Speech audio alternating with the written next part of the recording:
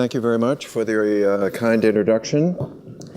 Let me begin by thanking all of you for joining us for the Symposium on Growth Strategy After the Financial Crisis. This follows a conference for the last day and a half, which is the third World KLEMS Conference. These conferences have been held every 2 years, beginning in the year 2010. And I'm going to give you a brief history of the World KLEMS initiative, which has grown out of these conferences. But first I need to clarify the use of KLEMS as a word. Is that standard English? No, it's not at all standard.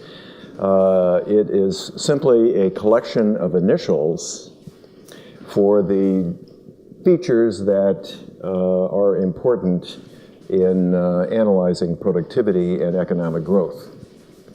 So K stands for capital, L stands for labor. These are the two primary factors of production.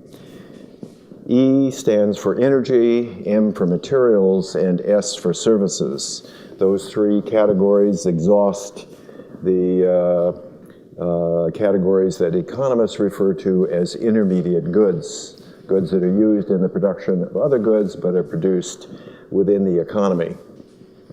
So the idea of the KLEMS approach, the World KLEMS initiative, is to analyze productivity by comparing at aggregate levels, but most importantly at the industry level, and then across countries, inputs of capital, labor, energy, materials, and services, and how they interact with outputs of all the commodities that make up a modern economy to produce economic growth, which is a fairly abstract idea.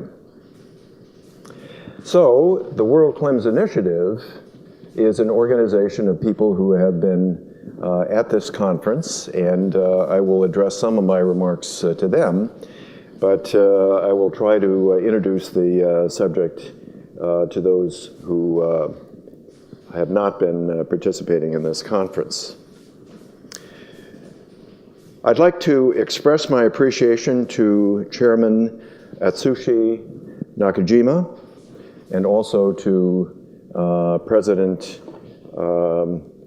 Masahisa Fujita for hosting this third World KLEMS Conference. As I said, this is the first time that the World KLEMS Conference has been held outside the United States, but as the name suggests, this is a worldwide undertaking and involves, as you will see, people from all over the world. The theme of the growth strategy after the world financial crisis is a change from the theme of the conference. The conference was organized around the idea of growth and stagnation. The idea is that coming out of the financial crisis, the countries of the world are challenged by the slow pace of the recovery. And a very active debate is taking place on the international arena, intellectual arena, between proponents of the view that the world economy is fated for another long stagnation period, like the one that followed the Great Depression of the 1930s. So that's the stagnationist view. The stagnation view is something that is associated with many great names in economics. One of the leading proponents was a professor that I had in my very early days as a young economist at Harvard, Alvin Hansen, who in his presidential address to the American Economic Association in 1938 propounded the view that the US economy and the world economy were fated for a period of stagnation. Well, needless to say, he was overlooking historical events already underway at that time, and it's not surprising that this didn't turn out to be anything close to a characterization of the history that then unfolded. Now, there are leaders in the debate over stagnation and economic growth who are people of equal prominence. Again, I can cite my own colleague, Lawrence Summers, is familiar to many people in this audience as the former Secretary of the Treasury of the United States under President Clinton, and of course, former President of Harvard, and now my colleague as a professor at Harvard in the Department of Economics. He is a very prominent proponent of the view that the world is fated for a period of stagnation. And then, of course, there are optimists on the other side that we'll hear from shortly who view this as something that is not very accurate. Well, at any rate, the conference that we have just finished over the last day and a half has been actively debating these two competing views of the future of the world economy. Is the world economy fated for stagnation? Are we going to have slower growth? Or, as I believe, is the world economy going to accelerate as the focus shifts away from the advanced countries, the G7, Japan, the United States, and so on, toward countries that we can describe as emerging, except many of them have shown signs of fully emerging and now are themselves mature economies, especially here in Asia, not just Japan. Well, that's the theme that we debated, but now I want to point out to everybody that we are changing the subject. We're not going to debate growth and stagnation, except incidentally, in our discussion of the growth strategy, we are going to turn to the practical issues of how should economic policy be focused in the aftermath of the financial crisis. And that is the theme of the symposium, which we are beginning right now. So we're going from what you might think of as an intellectual discourse about where the world will go without policy intervention to what should individual countries do about growth strategy. This is particularly relevant here in Japan, of course, because Prime Minister Shinzo Abe has announced, not for the first time, that he was going to let loose the third arrow of Abenomics, the growth strategy that all of us have been waiting for. And the latest timing for this is that it will be announced next month. And so in June, we will hear finally about Mr. Abe's growth strategy. The first two areas, of course, are very familiar to anyone in this audience, I think, as monetary policy, bold monetary policy, and of course, fiscal policy that is supportive and stimulative. But the third arrow is the growth strategy, which we're going to hear about from Prime Minister Abe. Now, I have to say that to an American ear, my ear, the whole idea of a growth strategy sounds a little strange. We don't use the term much, if at all, in our discussion of economic policy, although we talk a lot about issues that are relevant to growth. And so let me just give you a couple examples. Here in Japan, you're going to have the third arrow of Abenomics, so that's going to be a growth strategy. There is a very well worked out growth strategy for China that was discussed last November at the third plenum and is published by the World Bank in collaboration with the Chinese government agency, the Development Research Center, in a book called China 2030. There's a very well developed growth strategy for Europe called Europe 2020. It was preceded by a Lisbon strategy, which covered a previous 10-year period. So the United States is really unique in resisting the idea of a growth strategy. But this is not because of the lack of interest, I think, in the subject matter of growth. Quite the contrary, there are lots of discussions of issues that are very relevant to economic growth. And just to name a few, innovation. So how does one promote innovation and productivity? That's a question that Mr. Nakajima just posed. In the United States, that's usually discussed in the context of tax policy. Within the last couple weeks, in fact, we have just instituted a change in policy to make a tax provision called the Research and Development Tax Credit permanent. In Japan, that would be treated as part of growth strategy. But in the United States, it's treated as part of tax policy. So I think you get the idea that even though it sounds a little strange, it's not because we don't talk about growth. When you talk about financial reform in the United States, which is, of course, a very active topic. For example, right now there's a very active discussion of how one should conduct the financing of housing investment. That's something that can be done in a decentralized way, obviously, but in the course of dealing with the economic and financial crisis that erupted in the United States beginning in 2007, for all practical purposes, the government took over the financing of housing by using existing institutions to provide supplementary credit, to guarantee credit, if you like, for home mortgages. And this is something that has always played a role, and there's now a big debate about what to do next. Should we continue this? Should we basically live with a nationalized system, or should we go back to something that is more like a private system? Well, the point that I'm trying to make is simply that growth strategy does sound a little peculiar to the American ear, but it is an idea that has counterparts in our discussion and our debate. Well, let's then waive the unusual nature of this terminology and say a few words about growth strategy in general. Again, this is not about stagnation and growth. We're now talking about the policy implications. First of all, that we should say growth strategy is something that has to be formulated at a fairly abstract level.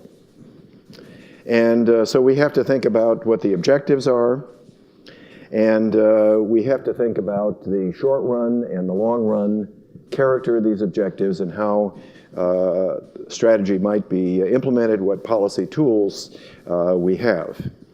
So that is something that we can illustrate by thinking about the leading issues for growth strategy in Japan. Again, following up on what Mr. Nakajima just said, it's very clear that in the long run, the issues in Japan are, first of all, how to deal with the impending decline of the labor force. Actually, the labor force had been declining for some time, but now this is becoming a very prominent issue in public policy. And so dealing with the decline in the labor force is something that is actively debated. For example, should there be relaxed rules about immigration? Should there be pro-natalist policies to encourage childbearing? Should there be support for child care arrangements, which are very rapidly expanding in Japan anyway? Again, all with the view of expanding participation in the labor force, mainly by women. Also, relaxing age restrictions to make it possible for people to continue to work long beyond conventional levels of, or ages of retirement. Those are long-run issues. They're familiar to everyone, I think, in this audience, and they have their counterparts in other countries around the world. Many other countries are facing, after a suitable delay, similar issues like the demographic issues that are faced by Japan. In the short run, Prime Minister Abe announced his two objectives. One is to end deflation.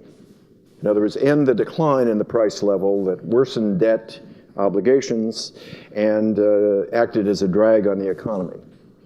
That is something for which monetary policy is ideally suited, and therefore the bold monetary policy that was adopted by the Bank of Japan, even before Governor Kuroda became the head, is something that was intended to end deflation. Had other objectives too, of course. That policy is still continuing, of course. Quantitative easing is something that was invented here in Japan. In fact, the inventor is sitting right in front of me. And this is something that has achieved its maximum effectiveness under the current regime at the Bank of Japan. So that is intended to end deflation. The second issue with it, though, is to arrive at a reasonable level of economic growth. And the Prime Minister has announced 2% in real terms as a growth objective, at least for the short run. So those are the two short-run objectives. Again, the long-run objectives have to do with the demographic situation I described and the very important issue of achieving a sustainable fiscal policy. Well, all right, so those are the ideas of growth strategy. And now the question is, how do we proceed from the abstract to the real work of making policy? Well, that is where Prime Minister Abe's growth strategy comes in. And that is that we have to now begin to think about the specific measures. And it's not as if this is some big secret. The Prime Minister has been making speeches about growth strategy around the world and has announced the major elements. And let me just remind you of the ones that are probably most familiar to you. One is a reform of the electric generation industry, a thoroughgoing reform. This is something that was discussed for a long time, mainly in engineering circles, and then in policy circles, but it has been motivated and brought to the forefront of the agenda by the nuclear accident, the tsunami and the nuclear accident. That, of course, is something that has, again, a short-run and a long-run dimension to it. Namely, the short-run dimension is the idea that 20% or a little bit less than that of electric generating capacity before the accident was in the form of nuclear power. None of the nuclear plants are currently in operation. And so the question is, should these be brought back into production? Under what conditions, under what safety regulations, and so on. So that's a short-run problem. A longer-run problem is the idea that instead of having regional monopolies, Japan should begin to think about a unified market for electricity that would make it possible, for example, for short-term shortages, like the one that happened after the nuclear accident, to be met by supplies from other parts of Japan. That turned out to be extremely difficult. And to create a single market would have, among other things, the effect of making the system much more robust and making the effect of an accident like the one that took place, hopefully there'll never be another one like that, that will have less harmful effects on the standard of living and the economy than this one did. A second example is the reform of the agricultural sector. This is something that's been discussed for years in Japan, and it's something that is going to be brought about, I think, as part of the Trans-Pacific Partnership, which is a proposed trade agreement involving Japan, the United States, and about a dozen other countries in Asia and North America, which will not only free trade, but also implement measures to stimulate cross-border investment. In other words, Japan is moving with this Trans-Pacific Partnership toward greater participation in the global economy. In a way, Japan was the pioneer in globalization, but it's something that needs an update. And this is clearly a very important part of the story. What do these examples have in common? What they have in common is the fact that they are identified with specific industries. Now, of course, I realize there are some who think that the idea of an industry is obsolete. But on the other hand, if you think about policies for the electric sector, it's going to be for the electric industry, the industry that produces electric power. If you think about the agricultural reform, it's going to be a reform of the industry that produces agricultural goods, mainly food products, and so on. And we could go down the list of all the different things that Prime Minister Abe has discussed, some of which have been already brought to the stage of implementation. All of them involve looking at industry-level information and implementing policies that have an industry dimension to them. And so that requires, it turns out, a new system for accounting for economic data, and that's where the World KLEMS initiative comes in. So, in the remaining time that I have, what I'm going to do is discuss the World KLEMS initiative, which is essentially to create a database like the one that is going to be required to analyze the consequences of different policies like the ones that I've just described, and how that can be integrated with our official systems of national accounts. So that's going to be my first topic.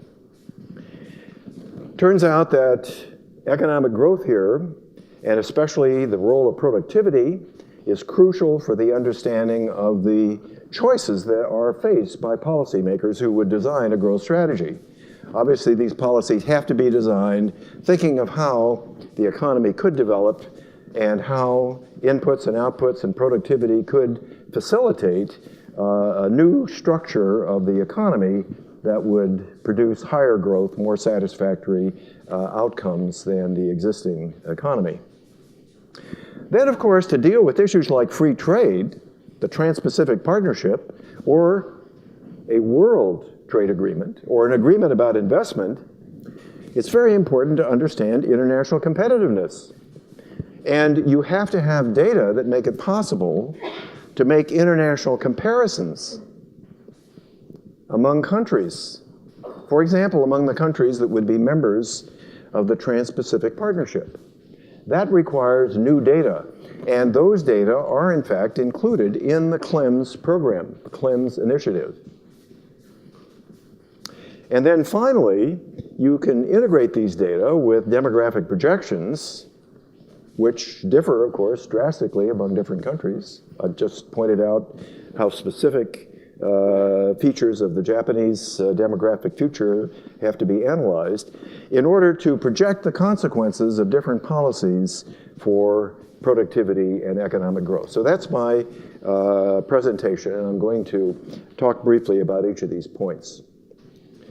First of all, let me tell you a little bit about the World KLEMS initiative. The World KLEMS initiative is something that was intended to fill a gap in the world statistical system that was relevant to growth strategy.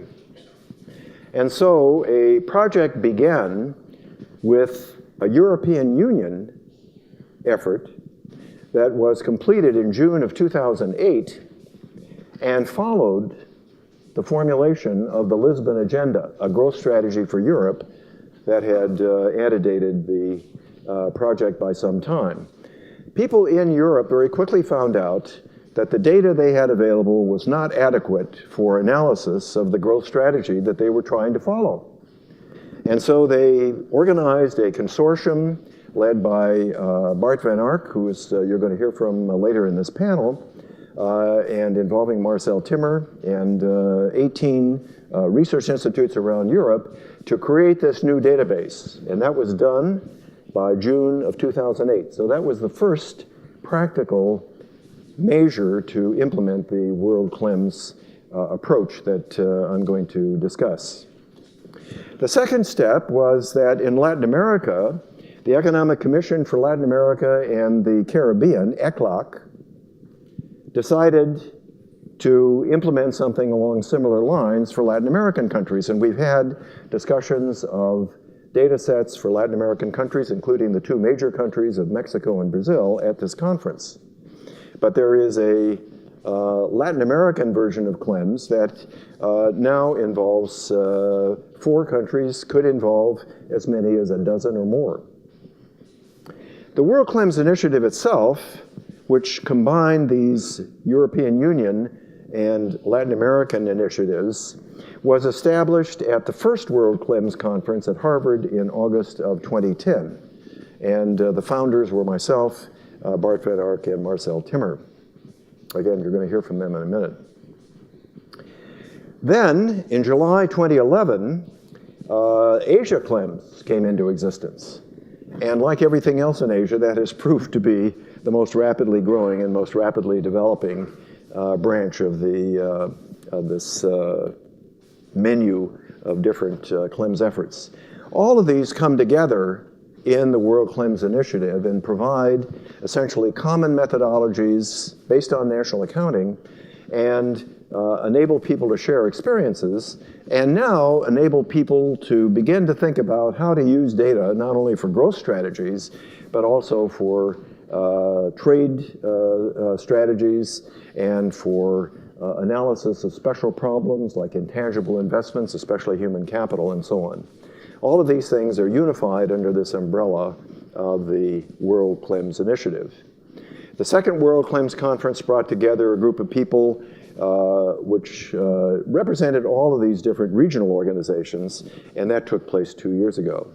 So these are the milestones in the initiative, and if you can get access to these slides, I guess you can, then you can click on all these references and get more information. Well, okay, the European Union had the first cut at this, and Marcel Timmer, Robert Inklar, Mary O'Mahony, and Bart Van Ark published a book in 2010, and then Matilda Moss and Robert Sterer, another book in 2012, reporting the important findings. The purpose of this project was really to answer a very simple question. How does Europe get back on track? Europe had been approaching, converging, we say, in economic lingo, to the United States for decades. But that came to an end in the early 1990s, and the Lisbon Initiative, or the Lisbon Objective, Lisbon Strategy, was motivated by the idea that something was needed that was different in terms of a growth strategy. And the project, after the strategy was already in place, identified the weaknesses of Europe's knowledge economy as the causes of Europe's distress. Specifically, underinvestment in human capital, underinvestment in information technology, and underinvestment in innovation. Those are the main sources of the economic growth slowdown. Now, of course, to some extent, this has been overtaken by events. This was the finding in 2008, which of course was right in the middle of the financial crisis. By that time, people were beginning to change the subject. But the Europeans drew a very important implication, which is still relevant, which is that establishment of a single market for services in Europe is crucial to removing the barriers to the development of a knowledge economy. That is something that was a very important part of the agenda and is still under debate in Europe and may at some point come to the fore as the crisis winds down in Europe. Well, all right, that's a very good, very successful example, and it has very important lessons for Japan. One of the lessons that's quite clear is that Japan is one of the world's most successful investors in human capital. The quality of the Japanese workforce is renowned around the world for the quality, the educational quality, the quality of the training, and so on. And that's something that could easily deteriorate and could be a problem, but that's certainly a strength of the Japanese growth strategy as we find it today. However, Japan, until very recently, was very weak in terms of innovation. We heard an eloquent lecture from Professor Kyoji Fukao about the lost decades in Japan, which focuses essentially on the issue of the lack of innovation during a 2-decade period, which fortunately has now come to an end. Japan has now emerged as one of the most innovative economies in the world again. However, Japan's weakness in information technology still remains, and it's a subject that is yet to be addressed in the formulation of a growth strategy. So there are lessons here.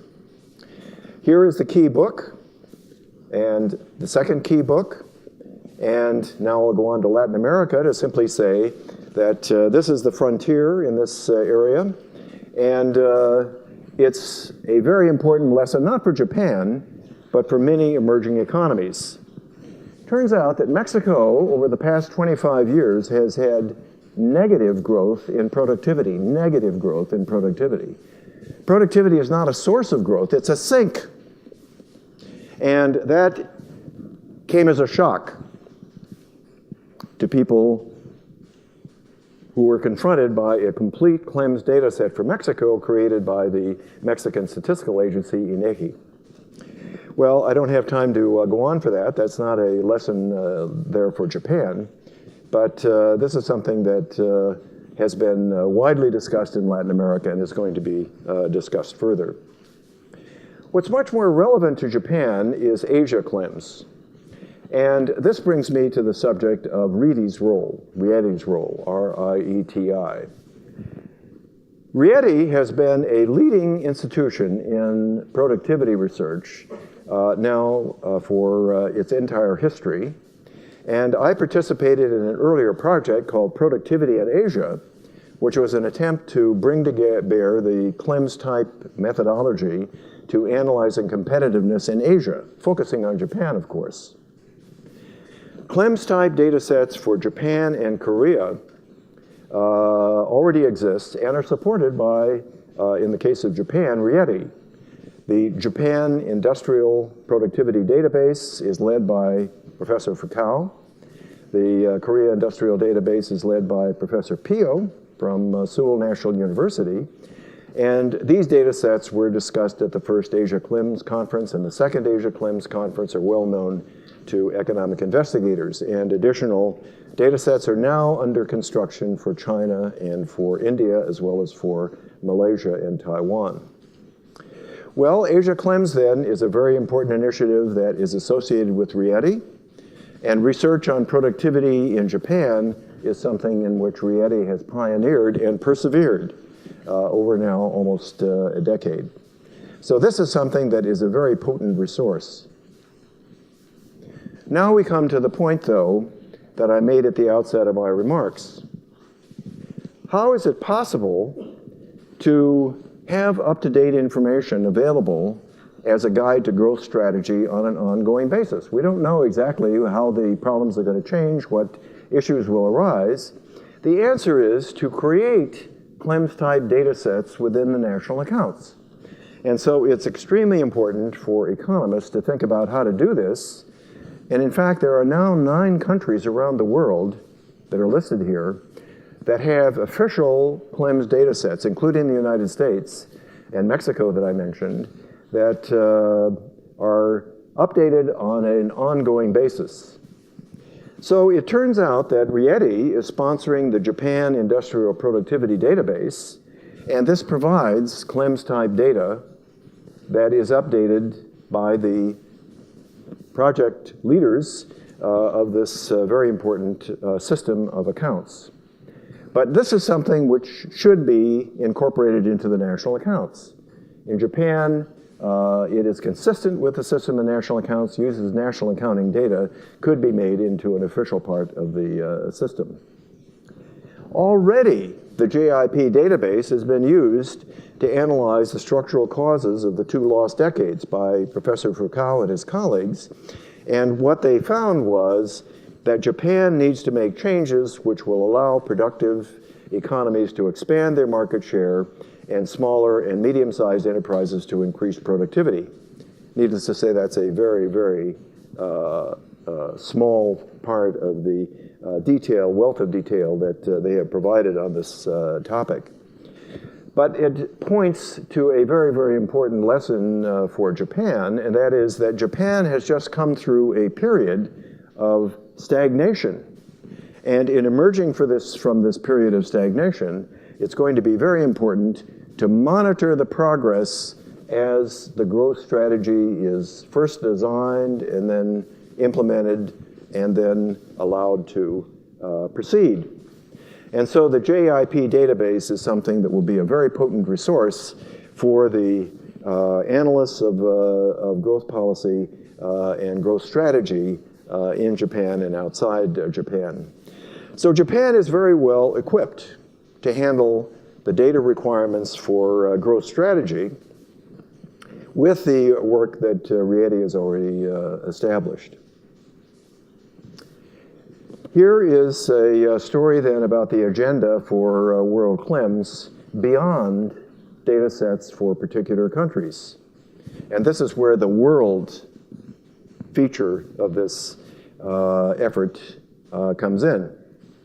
Namely, that in order to analyze international competitiveness, the natural framework is the World Input-Output Study, which has been discussed at this conference, which is a research project that was initiated again by a consortium of research institutions around Europe, led in this case again by Marcel Timmer, funded by, I believe, the European Union. And this is something that has been taken over by the OECD in Paris and by the World Trade Organization, which are represented here at this meeting, and will be broadened and deepened as an information source that will be relevant to understanding competitiveness across international boundaries. This is something that can be linked to purchasing power parities, international prices, if you like, so that it's possible to analyze trade data and trade flows using KLEMS-type data in combination with data about trade. And here's a short bibliography. You can get a more detailed bibliography by referring to the program of the World KLEMS Conference that we just finished. However, I'd like to mention a project that I'm involved in myself with Koji Nomura, who is a professor at Keio University, and with John Samuels, who is at the Bureau of Economic Analysis in the United States, to look at the sources of the US-Japan productivity gap to identify the additional industries that need attention and therefore could be the focus of a Japanese growth strategy. I mentioned already, just as examples, the sectors that have been the focus of Prime Minister Abe's attention. So it's something that needs to be broadened to consider other industries. What are the list of other industries? It turns out that there is a standard list that keeps appearing. We first published research on this, I'm ashamed to say, almost 30 years ago, and we've been getting more or less the same results. Turns out that in addition to agriculture and electricity, which have been on the list for a long time, the leading industry that needs attention is the mundane matter of wholesale and retail trade. That is something which accounts by itself for almost half of the productivity gap of some 15% between the United States and Japan, which can be identified using KLEMS data sets for both countries. Well, that is a very, very important resource then for formulation of a growth strategy. Look at the sectors that are weak. And this is what brings me to my conclusion about the formulation of growth strategy by the authors of Abenomics, including the Prime Minister himself.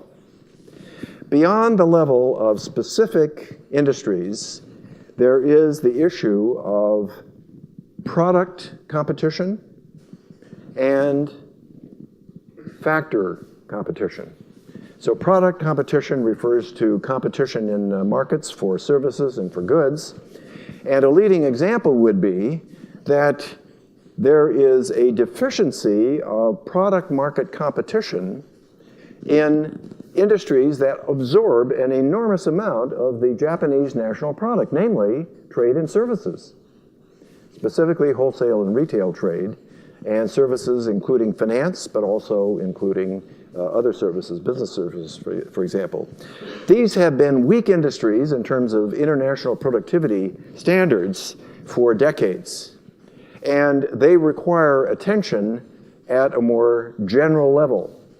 And that's something that I think the Abe administration is going to have to confront. Far more demanding than dealing with the specifics of particular industries, as important as they are, like electricity and agriculture. What about factor market competition? Factor markets include the Japanese labor market.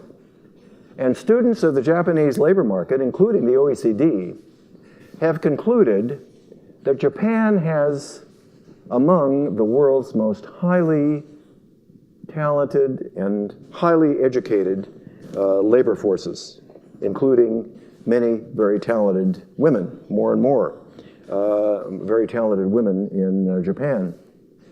But Japan lacks labor market institutions that make it possible to allocate this very valuable, this precious human resource in an efficient manner.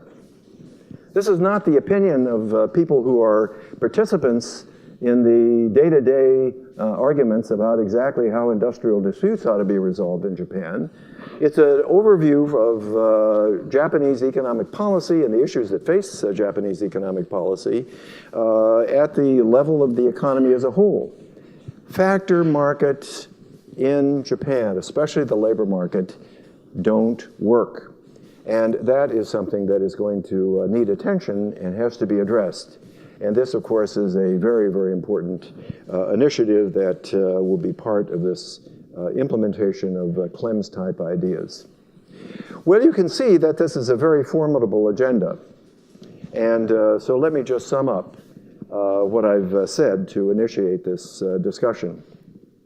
The original vision of the World KLEMS Initiative that the founders, including myself, had in mind was creating data sets that would fill a very important gap in our statistical system. And these data sets supply information not just about aggregate demand, consumption, investment, government, and so on, but about aggregate supply.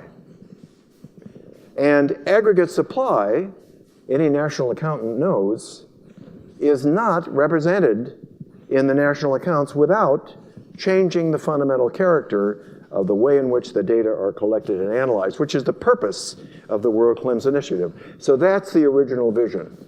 The idea was there's a gap, and it turns out that it's directly relevant to the most important policy issues that we confront, the issues of designing growth strategies after the financial crisis. 2, it's very important to link these data on growth and productivity, through purchasing power parities to the determinants of international competitiveness. And that essentially captures the intuitive idea that countries compete in the world marketplace basically in terms of price, and that these prices have determinants in terms of the markets in each individual country, and all of this needs to be brought together into a comprehensive framework. That's what I call linking the data.